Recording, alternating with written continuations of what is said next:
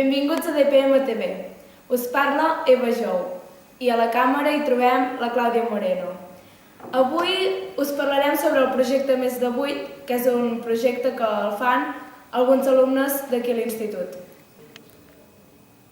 El projecte Més de 8 dona la possibilitat als alumnes que treuen més bones notes de cada classe a que realitzin diferents activitats que no es preveuen de fer a l'aula i que aquestes activitats també serviran per la seva formació pedagògica.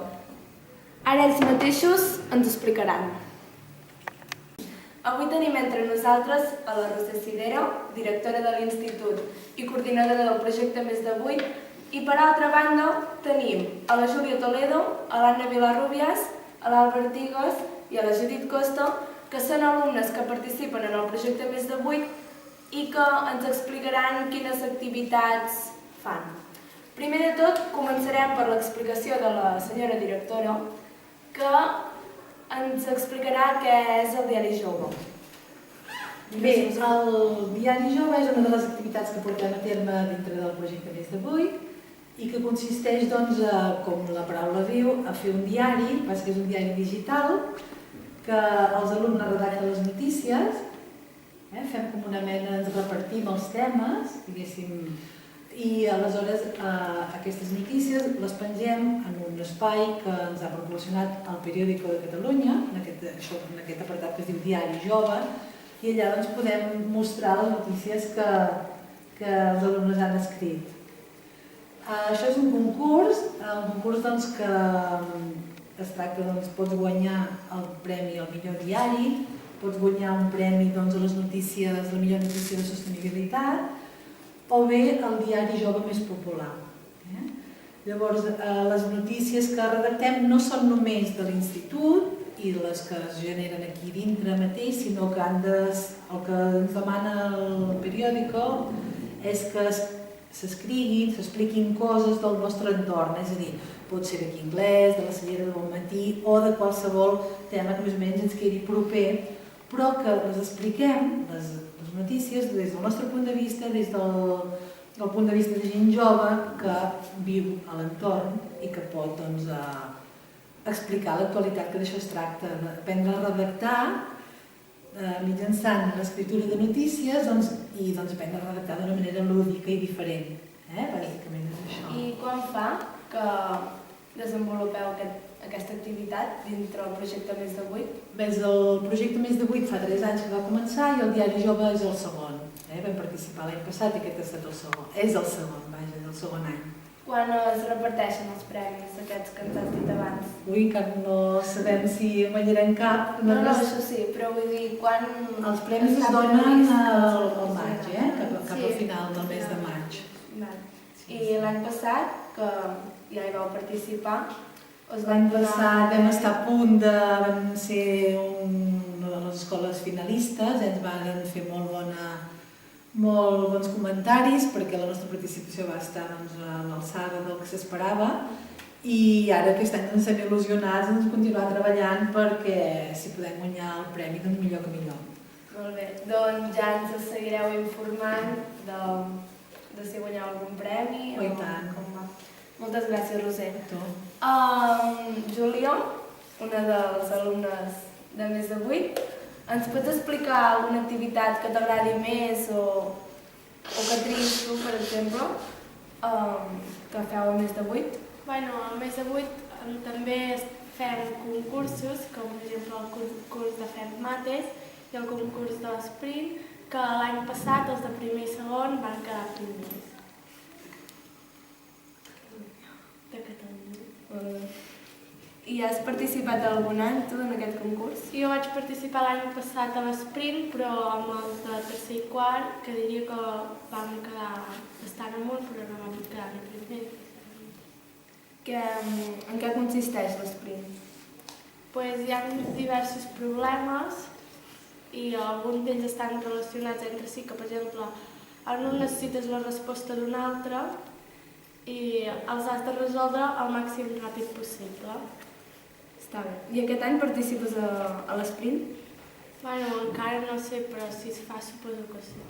Molt bé. Anna, algun concurs que t'agradi, que ens vulguis explicar, o alguna activitat? Sí, jo volia explicar una activitat que vam començar a fer ja l'any passat i que aquest any se li ha donat continuïtat i és una activitat feta a partir de l'assignatura d'Educació Física, que es diu el geocaching, que la qüestió és anar a caminar i anar trobant petits detalls o petits tresors, que això a tots els alumnes i a tota persona li fa gràcia. És qüestió de... Nosaltres l'any passat el que vam fer, vam muntar uns mapes on cada un de nosaltres hi amalgàvem algun petit tresor i després els alumnes havien d'anar a buscar aquest tresor. Aquesta activitat segurament es farà aquest any també i també es dona la continuïtat perquè els alumnes hi puguin participar. T'hi tornaràs a apuntar? Et va agradar lo suficient per tornar-t'hi a apuntar? Sí, em va agradar molt i aquest any volem fer l'activitat amb els alumnes i per tot el públic de l'institut. D'acord. Quina activitat ens vols explicar? Jo vull explicar l'activitat de Lego, que és més des de l'àrea de tecnologia i que està relacionada amb els alumnes de més de 8, però que la pot fer tothom i que està basada en que muntem un robot i aquest robot l'hem de programar perquè faci unes missions. I per cada missió ben feta et donen uns punts. I llavors hi ha una altra part que es diu projecte científic, que has de fer una hipòtesi sobre què passaria si, per exemple, caigués la presa del pantà de Susqueda. I has de fer un estudi sobre com solucionar-ho, els desastres que causaria i totes les coses que anirien relacionades.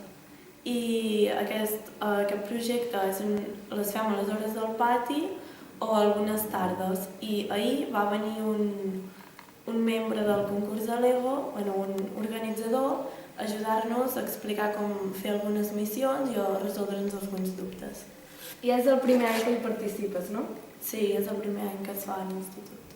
I a l'hora de triar aquesta activitat, què et va cridar l'atenció de triar aquesta, per exemple, i no triar, el geocaching? Doncs perquè a mi m'agrada, per exemple, la biologia i la física i la del projecte científic va molt relacionat amb la biologia perquè al cap i a la fi és un desastre natural i amb la física per buscar una solució sobre a veure si per exemple es trenqués la presa, què podríem fer? La podríem construir d'un altre material o què podríem fer? I perquè és una activitat que es fa molt en grup i que té més finalitats que no pas únicament a resoldre les missions. Està bé. I per últim, Judit, quina activitat ens vols explicar? Una altra activitat de les que es fan són caçadors d'errades ortogràfiques, que consisteix en, quan anem per al carrer, buscar errors ortogràfics, fer una foto i després corregir-la. I hi ha vegades que, si es pot, dir-los a la botiga o al comerç que tenen una errada ortogràfica. També una altra activitat de les que volem fer és un lip-dub, que l'any passat no el vam fer, però aquest any tenim la intenció de fer-lo. Tornant al concurs o a l'activitat d'errades ortogràfiques, és el primer any que la realitzes o l'any passat ja hi vas participar? No, sí, 2 anys. Ja s'ha realitzat 2 anys i sempre surten errades noves i consisteix en qui troba més errades ortogràfiques. I a l'IPDAP ens podeu avançar alguna informació més? Encara no ho sabem. No teníem ni la cançó... No, el que passa que la idea és que n'hi hagi 4 o 5 grups, eh? Sí. Hi ha 4 o 5 grups perquè hi ha molta gent interessada. Però això serà una activitat que es començarà al gener. El segon trimestre. El segon trimestre. Doncs ja ens seguireu informant nosaltres, a tot l'institut, de les activitats que feu, importants com per exemple el LibDAP, que suposo que sortirà l'Ariadna, no? Ben segur, i en totes les televisions del món. Perquè ho farà molt bé.